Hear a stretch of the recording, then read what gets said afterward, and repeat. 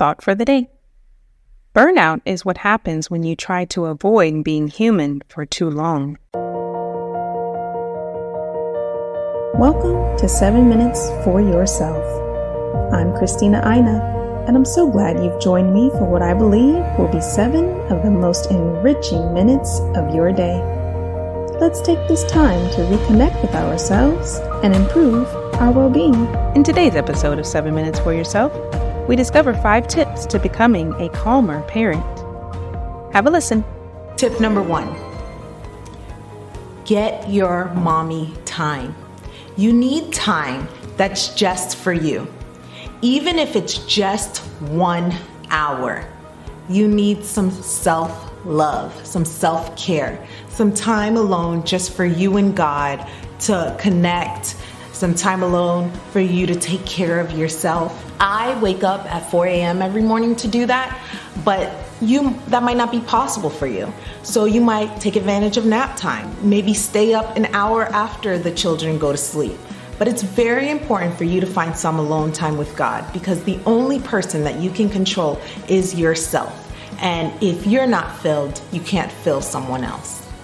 Number 2, get everyone to contribute. I'm a big proponent of family contributions, of family working together. We're all in this together. We're all part of this machine. And in order for it to function, in order for it to work, we all have to contribute in the cleaning, even in the cooking. Working all together is the best way to make sure that mommy doesn't get burnt out. Tip number 3, be intentional about being in the child ego state.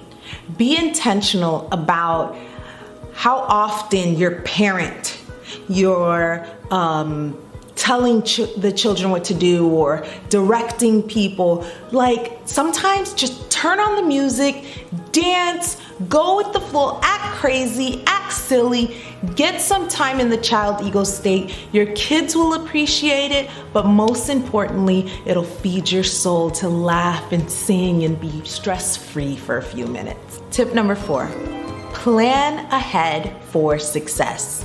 I am a strong believer in the fact that as a stay-at-home mom, everything should be like McDonald's, instant, fast, and ready to go.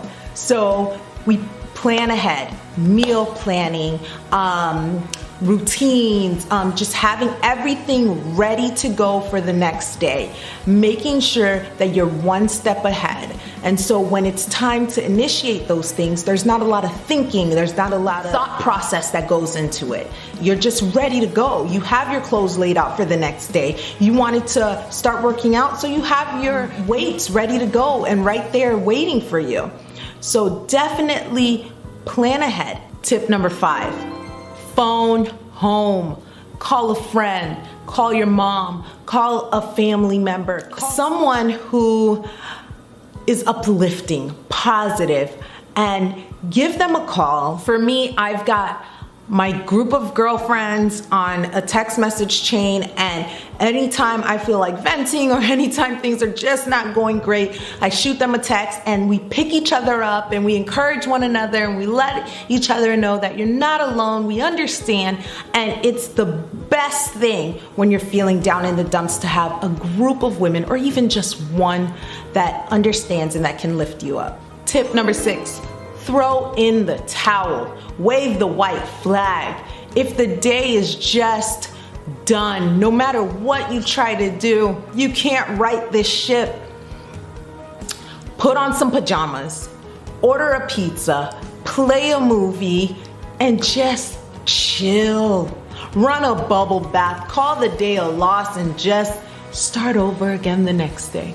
Because what is most important is relationships. Relationships with your children, relationships with your husband, and relationships with yourself. And at the end of the day, you want to be happy with yourself. So even if things don't get done, at least you are good. At least your family is good. At least you're not just this big angry tyrant yelling and screaming. You'll have tomorrow to try again. That concludes today's episode of 7 Minutes for Yourself. please take a moment to rate and review the show on Apple Podcasts. Today and every day with your kiddo is a gift. Enjoy it. Thanks for tuning in.